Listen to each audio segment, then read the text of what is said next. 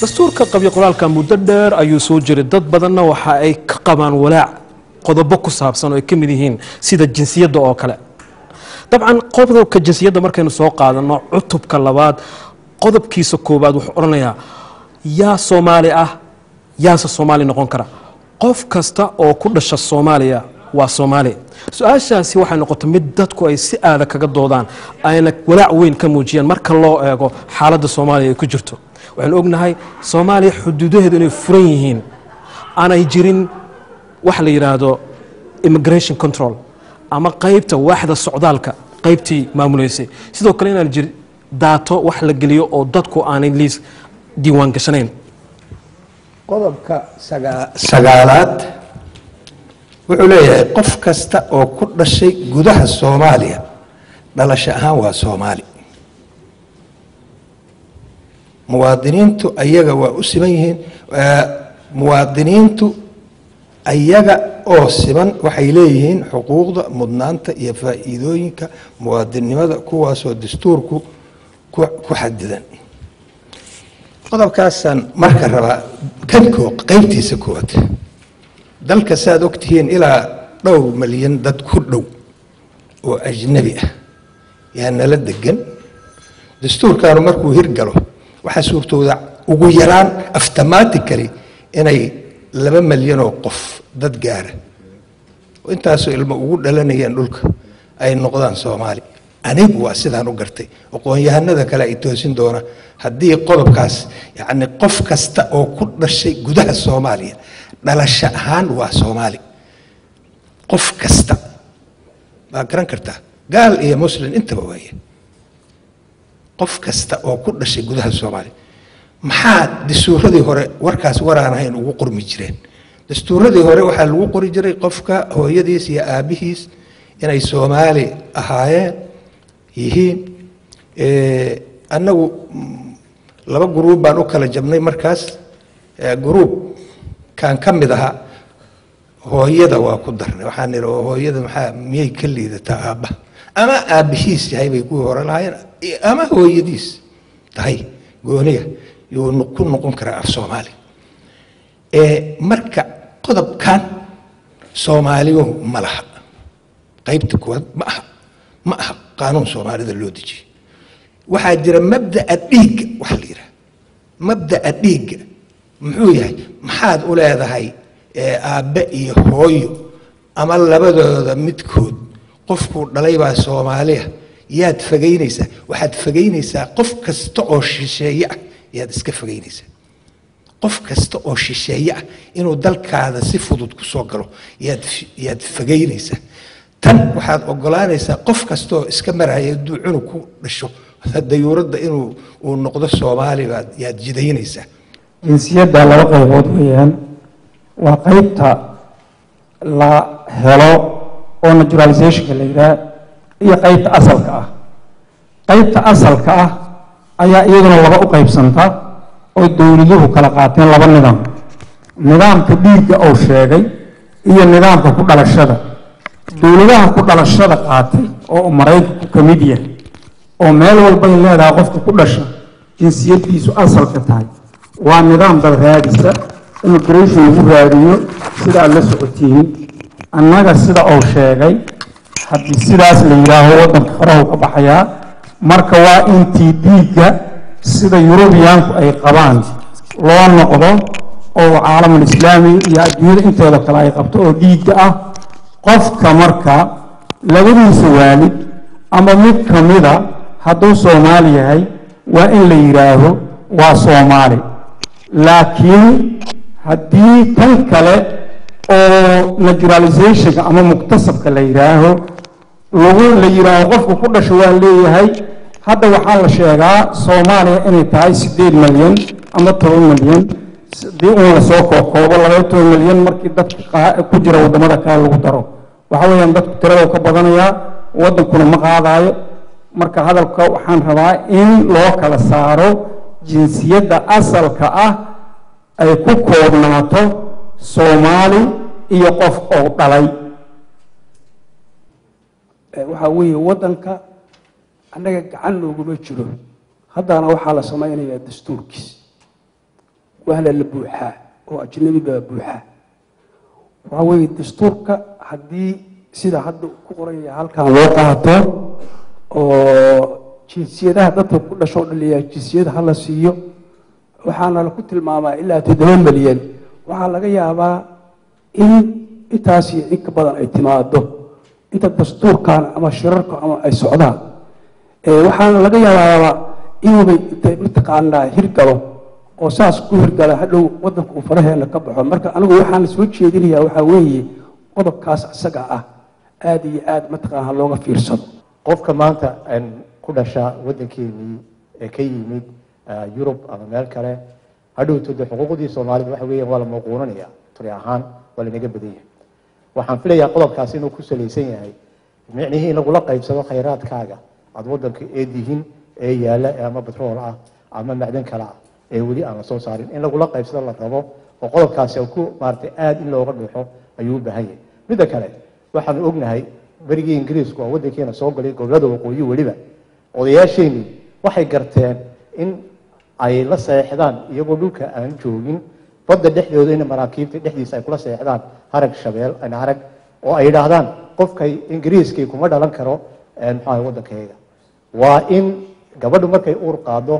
ay tagtaa wadankeedii loo qaadaa qofka Ingiriiskii laguma aasi karo dhulkeega de odayaasheeni waayo waxay garan waayeen miyaan maanta garan weynay waxaan filayaa arintaas in aad looga maartay doodo oo la soo wanaagsan marka dib loo eego bish sanadkii la soo dhaafay Somaliland madaxweyne Silaan waxa ku dhawaaqay in dadka qaxootiga ay ka baxaan Soomaaliya ee ajnabiga ah marka laga reebo Soomaalida kumanaan qaxooysas soo af Soomaali ku hadla oo aan u dhalan Soomaali ayaa markiiba ay qabteen ciidamada ammaanka Somaliland taas waxay ku tusinaysaa in dad badan ay ku nool yihiin gudaha Soomaaliya sidaas awgeed qodobkan jinsiyada ka hadlaya ku jira dastuurka qabyo qoraalka ah ee oranaya qof kasta oo ku dhasha Soomaaliya waa Soomaali haddana oranaya qof kasta oo 5 sano jooga Soomaaliya gudaheed waxa uu noqonayaa dhalasho ahaan Soomaali dood ayaa ka taagan waxaan doonayaa inaan ka hadlo jinsiyada waxay la tahay dhibaatada waxa weeye wordingka erayga sida loo dhigay maybe way dhibaatada because wadankan dadku waxay kala leeyihiin British iyo English marka haddaad ku dhalatay iyo haddaadan ku dhalanba waxaad noqonaysaa haddaad wadan kale ka timid asalkaadii waxaad noqonaysaa British weligaa English ma noqon kartid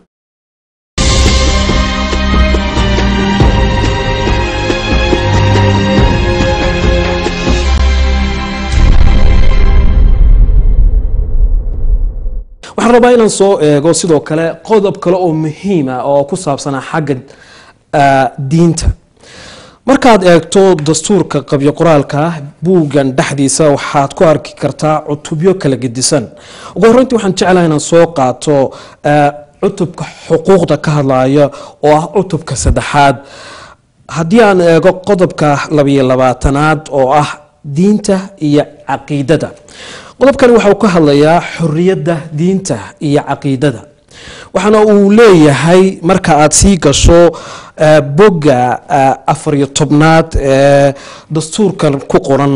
waxa uu soo qaadanaya oo ka hadlaya xorriyadda diinta iyo caqiidada qaybtiisa koobaad markaad eegto waxa oranaya qof kasta wuxuu xor u yahay in uu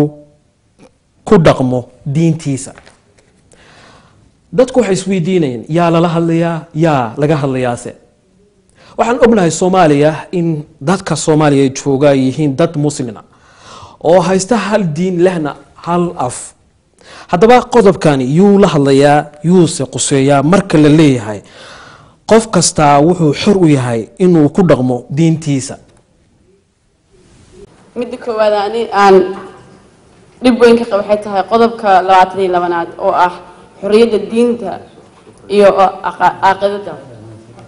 marka tan koowaad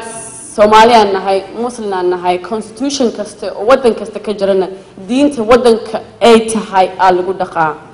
Ingiriiska matalan joognaa 62 million people degan oo jinsi walba sheegto annaga kula hadlay British Soomaaliya nahay British India joogo laakiin tan lagu dhaqaayo waxay tahay Christianity oo the British Church loo isticmaalaa marka dastuurkooda kuma qorno in xorriyadda diinta oo waddanka la faran gashan karo. cutubka 22aad ee ku jira buuggan dastuurka ah ee ah xorriyadda diinta iyo caqiidada, labada qodob ay gabadhu tibaaxday waxa ay isku yihiin xoogaa iska horimaad marka loo eego qodobka koowaad oo ah qof kasta wuxuu xaq u leeyahay ama xor u yahay inuu ku dhaqmo diintiisa. haddana kan labaad ayaa oranaya qofka muslimka ah kama bixi karo diintiisa. haddii la leeyahay qof kasta diintiisa ayuu xor u yahay inuu ku dhaqmo, haddana kama bixi karo diinta islaamka, waxaad moodaa in halkaasi ku jiro mugdi. haddii qofku aanan ku bixi karin diinta islaamka, waayo cidda la leeyahay wuxuu ku dhaqmi karaa diintiisa. waxay ku caddahay halka inay jirto diin kale. labadaa qodob waxaad moodaa inay isyara burinayaan. dad yar baan nahay, demographic baa dhulka lagu qaadanaya, wixii soo geliyeyna way qaldanayeen. arrin kale aan ku lifaaqaya jinsiyadda diinta wey. halkan waxaa ku taalla diin islaam ahayn laguma faafin karo. waxaa kaloo ku taalla markaad aadid xuquuqda iyo xagga waxaa la dhowrayaa human right-ka iyo xagga qofka. beel kale waxaa ku taalla qofku wuu qaadan karaa, wuu haysan karaa, ku dhaqmi karaa diintiisa. hadha waxaa kugu soo baxaysa dastuurku dood buu gelaya, maxkamad buu gelaya, adduunku waa aqoonsan doonaa. waxaa kugu soo baxaysa waxaa tiri diina islaam ahayn laguma faafin karo, qofkuna diintiisa waa haysan karaa, dad kalena waa ku dhashay. maxaad yeelaysaa markaas? jinsiyaddii iyo diintii isku xir. ma qofkii diintiisa haystay oo meesha ku dhashay isagoo diintiisa wata, caruurtiisa ku dhalatay, oo aad ogashoo dastuurka ogol yahay diintaadii waad haysan kartaa, ha faafini ha ku dhaqmin maad oran kartaa. waa dhibaato. saasaa la isu qabsanaya.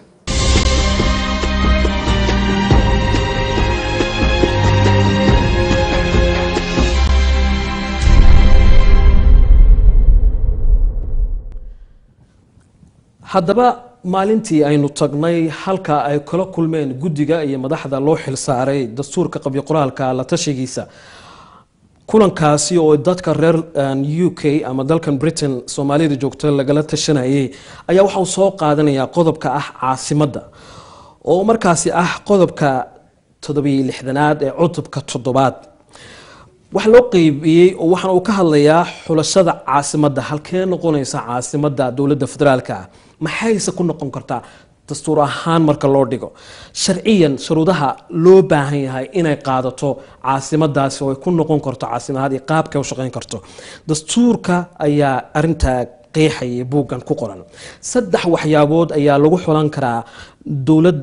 dowladda federaalka meesha caasimadu noqonaysa. xulashada koobaad iyo xulashada labaad iyo xulashada saddexaad midkood ayaa la qaadanayaa buu yiri. waxaan eegayaa marka qaybta koobaad waxay oranaysaa caasimada magaalo madaxda federaalku waxay ahaanaysaa magaalo ku dhex taala dowlad goboleed. sidoo kale xukuumadda dowlad goboleedyada ay magaalo madaxdu ku dhex taal iyadoo la tashatay dowlad federaalka waa in ay soo saartaa sharci gaar ah oo qeexaya maqaamka caasimadda federaalka. taasoo micnaheedu yahay waa in dowladda federaalku ay soo saartaa. waa haddii xulashada koowaad la qaadanayo ay noqonayso caasimadaasi inay noqoto caasimad ku dhex taalla dowlad goboleed, waa inay jiraan sharci ay soo saarto dowladda federaalka oo caasimadaasi si gooniya iyadoo ay ku dhaqanto ka baxsan dowlad goboleedyada. xulashada labaad oo qodobka kale ah waxaa oranayaa muqdisho waxay noqonaysaa degmo ama magaalo madax dowladda federaalka. marka qaybta labaad waxay oranaysaa degmada magaalo madaxda federaalku haddii ay muqdisho noqotee kama mid noqonayso dowlad goboleedyada. waxaa halkaa ka baxaya muqdisho ma noqon karto dowlad goboleed haddii ay caasimad noqoto. waa xulashada labaad. xulashada saddexaad ayaa waxay oranaysaa magaalo madaxda federaalku waxay noqon karaysaa dowlad goboleed. waa haddii magaalo madaxda ay muqdisho noqoto waxay noqon karaysaa dowlad goboleed. maxaa marka ka reeban? waxaa ka reeban magaalo madaxda federaalka haddii ay muqdisho noqotee kuma biiri karto gobol kale, kamana mid noqon karto gobolada kale oo ay ku biirin karto si ay dhul ballaarsi ah. taa waxaa la xadidayaa haddii muqdisho ay noqoto dowlad goboleed kuma biiri karto gobol kale. oo markaa way xadidaysaa halka oranayay sharciga dowlad goboleedka waxaa dowlad goboleed noqon kara 2 gobol iyo in ka badan marka micnaheedu waxa way hadii banaadir ama muqdisho ay noqoto dowlad goboleed ma ku darsan karto gobol kale oo dhul barlaarsi ma sameyn karto qodobada noocaasna si aad ah ayaa looga dooday waxay noqotay qodobkii ugu xasaasisnaa ilaa uu galo xag fog oo xag jireen ah oo markaa gelaya lahaanshaha cidda iska leh qabiil ahaan iyo asal ahaan dood kulul oo dheer ayay noqotay halkan waxaa ku qoran wali waa laga doodayaa doodayadu waxay ku aadan tahay waa in la go'aamiyaa caasimaddu inaysan gobol aysan ku darman karin cidna aysan sheegan karin waxa weeye haddii aysan xamar dadka iska lehi reality waxa weeye xamar dadka iska lehi haddaysan u ogolayn taas magaalooyin u ogol baa jira inaan la lahayn cidi yeelanayn qof kasta uu leeyahay ay u madax bannaanaanayaan ay degi karaan ay ku samayn karaan shaqadoodan lagu qabsan karo haddii kale xamar waa in loo ogolaadaa intaas oo qaali looga dhigaa ummadda Soomaaliyeed oo idin waxaan rabaa inaan ka hadlo qodobka 67aad 67 xulashada qodobka 2 qaybta 5aad waxa uu leeyahay dadweynaha degan degmada magaalo madaxda federaalku kuma yeelanayaan wakiilo aqalka wakiilada dowlad goboleedyada qodobkaas waxaan u arkaa inuu yahay xaqiraad dadka degan magaalo madaxda muqdisho sharcigii hore ee soo baxay 60kii waa ku xaqiraayeen inta xodogaayaha og muqdisho intaad aragteen la eg 2 kursi leh waxaa jira degmooyin 5 kursi 52 sano waxay sugayeen in sharcigan uu la bedelo mid ka fiican u soo baxo oo xuquuqdooda ay ku helaan maanta 52 sano kii ay dibka ku qabeen kadib waxay taagan tahay in la yiraaho muqdisho waa magaalo madax حتى مدانتي يرادو لسي جري مالهدين لا يراه waxaan qabaa caasimada horta marka oo horeysa in la qayaxo maxaa caasimad laga rabaa ideally caasimada aynu doonayno ama wadan caasimadii laga dhigayo conditionska laga rabo xadiga laga rabo in la qoro ma la qoray inta magaalo ee Soomaaliya u qalmi karta in la list gareeyo cidii isu soo sharaxaysa ee magaalooyinka dega inay isu soo sharaxaan tan saddexaad waxaan qabaa cidii caasimada hesha waa inay power sharing ku jirta waa inay power sharing ku jirta cidii caasimada hesha waa inay wax kale oo mansabyada dawladda ka soo degta xamar waa magaalo madax nidaamkaasi soo martay magaalada madaxdana waxaad u maraysaa maqaam dooniye in la siiyo waa xaq waxaad u maraysaa wax daba jiitamaya markastaba inay tahay waayo meel Soomaaliya oo dhan isku timid tii waxaan ka hadlayaa xuduudda laba loo qaadan karaa waqooyiga aan ka soo qabanno ingiriisku xuduud buu u jeexay qabaa'ilka degan Soomaalida xuduud qolo walba qolo kale xuduud ugu dhigay saysan hadiiba federalism iyo wax leeyimid ay imaanayso waxaan u maraynayaa in dhankaas reference loo qaato inay ku qoraan السلام عليكم مجاعيدا بكين ماحم علي وحنا وانا هذا لو أرين مدوة ديوانك مقالة ملحظة من والبؤسة مالك الديلي لأذيك مقالة أدك الدولة قولات كسوري مقدشان والشيخ I don't think so مدس عناس إنه نقول دون سوابت أو مقدشو انت عاصمة لو من عادم تبا الديوان هو أهد من دولكيس إيشير لغا دكتو من اللي يراد أديك الأوكا ومن بنانا والقبلات كسوبه تاس وحقيرات أما حق درو هدي لا فيريو سببتي كانتي إن لقاطو نظامك فدرالك وهي هيد دولة حوقن أو دكتاتر هاجرتي أو وحوقها رفكسميس dhibaatadaas markay dhacdo waxa la yiri wardagaan wadadka degan iyaga yaqaan dhibaatooda ha ka tashtaan meel u baahan mesela waxbarasho in laga caawiyo yaani in oo shan cisbitaal leh in 10 loogu daro maaha waa in iskuulo la dhiso si arrintaas loo helo waxaa lagu maamul goboleedyo ha la sameeyo maamul goboleedkana waxaa deegaanadaas ka talinaya dadka u dhashay deegaankaasi okay haddii taas lagu heshiiyo marka waxay noqonaysaa marka deegaan walba inta degta inay xaq u leeyihiin in iyaga arrimahooda ay ka tashadaan laakiin waxaa muqdisho maya muqdisho dadka u dhashay ma noqonayaane waxay noqonayaan dad laga soo xulo gobollada kale magaaladu waa isla leenahay wax walba waa naga dhexeeyaan taydana aniga iskale taasna waa kula leeyahay waxoogaa taas waxay keentay dhibaato weyn haddaba dooda noocaasa ee ku saabsan magaalo madaxda noqonaysa caasimadda federaalka ah ayaa u baahan in si aada loo turxaan bixiyo lana caddeeyo si aanay uga imaanin isqabqabsi goordhow ku yimaada dastuurka qabyo qoraalka maahanse qodobada aynu ku hadalnay kuwa weli la ansixiyey in badan oo kamida inay laba si u kala wax uga tabanayaan dadna ay ka tabanayaan muqdisho sidee caasimad ku noqon kartaa haddii beelgoorihu leedahay ama u badanta kuwa kalena ay leeyihiin xuquuqan ku weynaynaa waxaasoo dhan waxaa xallin lahaa waxaa abuuray federaalka ayaa abuuray muqdisho waa la wada deganay waana la wada deganaan doonaa laakiin waxa abuuray colaadda waa federaalkan qabiilka ku salaysan ee cali oo halkaas deganna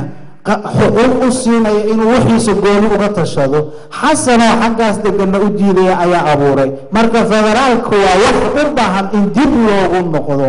2,800,000 United Nations ku estimate garaysaa muqdisho inay degan tahay sidee u suurtageli kartaa waa 1/3 of populationka Soomaaliya 1/3 kiisa inay xuquuq la'aan ahaadaan sidee u dhici karaysaa yacni waa cadaalad darro tii ugu dareed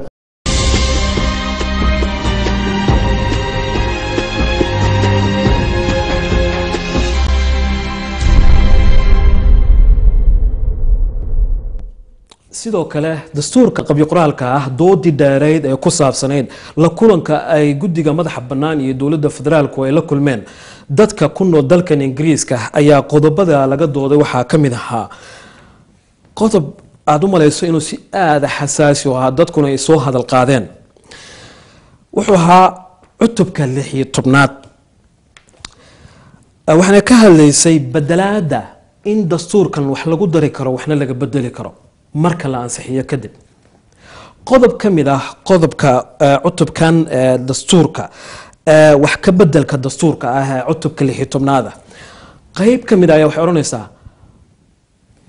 dastuurka waxba lagama bedeli karo muddo 7 sano gudahooda marka la ansixiyo kadib waxana ay oranaysaa laakiin 7 sano ee ugu soo horeysa inta uu dhaqan galayo dastuurkan lama ogola wax ka bedelid aan ka ahayn kuwa lagama maarmaanka ah kadib markii lagala xaajoodo Puntland iyo Somaliland mid ku saabsan qodobka 172 marka fiiriso wuxuu leeyahay 7 sano soo socoto lama soo jeedin karo ra'yi wax looga bedelayo dastuurkan marka laga reebo arrimaha loogu fududeynayo Somaliland iyo Puntland inay federationkan ka soo mid noqdaan su-aasheedu waxaa weeye Puntland goormay inkirtay oo hadda loogu fududeynaya inay federationkan ka mid tahay ma garanayo maxaa jira waxaa ognahay meelaha laga abaabulo laga siyaaseeyo laga dhaqo oo ugu horeyso oo dowlad goboleed ee dhaqan gashay inay Puntland tahay ilaa inaan hadda niraahno waa la soo jeedin karaa in Puntland loo fududeeyo federationka inay ka mid noqoto aniga waxaan u maleynayaa in ay meel ka dhac tahay haddana qodobka waa fiiri kartiin kulligood waa fiiri kartiin saasi ku taala haddaba dooda uu soo qaatay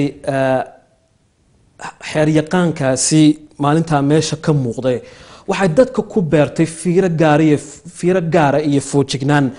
dastuurkan qabyo qoraalka goorta la ansixiyo waxba lagama bedeli karo muddo 7 sano ah micnaheedu waxa uu yahay dastuurkan waa muhiim in la hirgeliyo oo uu dhaqan kalo oo la ansixiyo ka hor bisha Agoosto intaanay imaanin dowladda soo socota haddana waxa waranayaa marka la ansixiyo kadib 7 sanadood gudahood waxba lagama bedeli karo waxna laguma dari karo taa waxay la mid tahay dowladda kale imaan doonta oo laga yaabo inay muddo 4 sano ilaa 5 sano ay sii jirto dastuurka waxba kama taaban karto waxna kuma bedeli karto waxna kama dhimi karto sidoo kale isla dowladda kale ee soo socota ee dowladda ku xigta iyada laftirkeeda sanadaha ugu horeeyay waxba kama taaban karto taa oo laga yaabo inay qoto muddo 2 sano iyo 3 sanadood kadib ayaa laga yaabaa in wax laga bedelo laakiin qaybtan hoose aan akhriyay ah 7 sano waxba lagama taaban karo qaybtan marka loo eego xagga ka wada xaajoodka Puntland iyo Somaliland arinta la leeyahay haddii dastuurka wax laga bedelayo 7 sano kadib bay noqon kartaa laakiin haddii laga reebo Puntland iyo Somaliland oo ayaga federationka markaas waxyaabaha ay ku soo galayaan wax laga bedeli karo arintaasi markaa waxay u eg tahay dastuurkii oo maxaa la yiraahdaa dhaqan galay haddana in la laadlaadinayo marka waa flexibility aan loo baahnayn weyn dastuurka mar hadduu dhaqan galo oo afti dadweyne uu ku dhaqan galo waa dastuur Soomaaliyeed haddana in la sii fado oo la yiraahdo maxaa la yiraahdaa waa dib baa loo bedelaya oo Somaliland baa federationka soo galaysa Puntland hadda ma aqaan sabab hadda hawla wax uga jirtaa oo xataa road mapka dadka saxiixay kamid tahay principles kan garowo tu ay saxiixday wixii ka horeeyay wax bay marka sabab horta Puntland ayaa federation soo gali doonta 7 sano kadib ayaa dastuurka haddana la soo fagaya oo dib haddana loo kala bixinaya ma garan karaba dhinaca kale marka loo eego fikradihii dadka la weydiiyay maanta waxay ka jawaabayeen dhowr su'aalood ka mid ahaayeen in haweenka loo qoondeeyo baarlamaanka inta ka galaysa haweenka qaarkood ee ka soo qayb galay barnaamijkan waxay carabka ku dhufteen in laga hadlaba qoondeynta noocaas inay tahaba midabta koor oo xagga sinaanta ay meel kaga dhac ku tahaba oo aan ku wanaagsanayn in loo qoondeeyo waxa la yiraahdo 30% guddiga madaxa bannaan ee dastuurka qabyo qoraalka ayaa isku kala qaybiyay wadamo badan oo wadanka dibadiisa ah sida wadamada reer Yurub iyo wadanka Mareykanka dalkan Ingiriiska waxa yimid wasiir ku xigeenka dastuurkaas soo dhow TV-ga qaranka darsaaq socota waxaan jeclahay inaan ku weydiiyo 2 su'aalood maadaama halkan aad ku qabateen kulan aad dadka la tashanaysaan su'aasha ugu horeysa waa goormee ama taariikhdee lagu wadaa inuu hirgalo ama la ansixiyo dastuurkan haddiise taariikhda loogu talagalo uu hirgeli waayo maxaa dhacaya waxayse ay noqonaysaa horta shay walba wuxuu leeyahay waqti loogu talagalo oo uu ku socdo haddaad imika jaartarka eegto jaartarka markaad eegto waxa uu la leeyahay dastuurka waxaa ku qoran dastuurka waa in loo bandhigaa dadweynaha gobollada oo dhan waa in referendum la sameeyo waa in waxan la sameeyo la yaab ma dastuurka baan sheebaan oo jaartarku ma dadkii qorayay ma qaldanayn hase ahaatee qofna isma lahayn muddada waqtiga la qorayay isaga ilaa maanta yaaba intan yar uuni ay xor noqon doontaa la isma lahayn waxa la filayay in dhulka la qabto reconciliation la sameeyo wax walba la sameeyo stateski la sameeyo wax walba iyagoo dandama haddana loo bandhigo la yidhaahdo ma aragtay hal la food karay tiimay dhicin marka haddaynan dhicin dee waxa weeye waa tallaabada tan dhashay in tan kale la qabto waayo looma dabranaan karo inay taasi dhacdo therefore kan iminka wuu muddaysan yahay haddiise ay dhacdo masuubo kale oo waxba waabad ogtahay waba ox bay dowladda kale functional noqonaysaa soo ma shaqaynaysaa by June baarlamaankii cusbaaye kala fadhiya maxaba June iyo u dhaxeeya in kala aan kula hadlo waxaan joognaa March soo ma oo dhamaad April May baa ku hadhay abril 5 waxaa laga farxalanayaa qabyo qoraalka oo final draft baa imanaya wax walba uu ku dhanaayo abril haddii laga baxo waxa madaxa lala galayaa constituent assembly imikadan baa constituent assembly imika kan qabyo qoraalka dhanka laga wado iyo constituent assembly maalinkiisii odayaashii wixii meeshii la dejin lahaa ayaa laga shaqaynaya moogta imikadan bay socotaa way is ag socdaan tani markay dhammaato tani way joogtaa waa laba barasos oo is ag socdaan tani 12 cisho ugu badnaan buu jiraya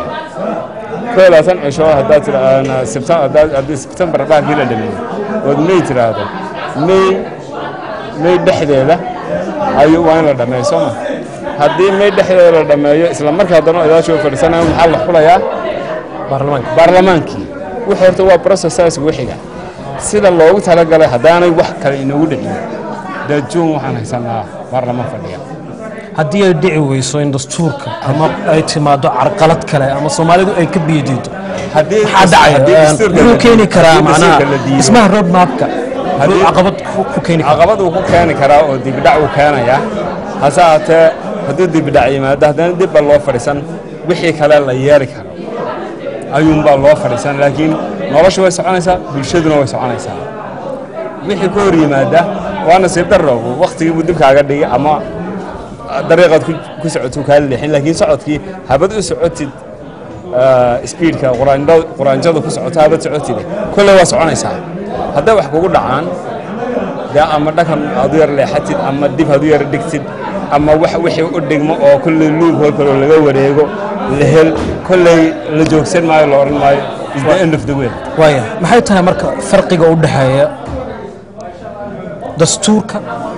iyo road map ama heshiiskii Garowe iyo dastuurka maxay tahay farqiga u dhaxeeya heshiiska Garowe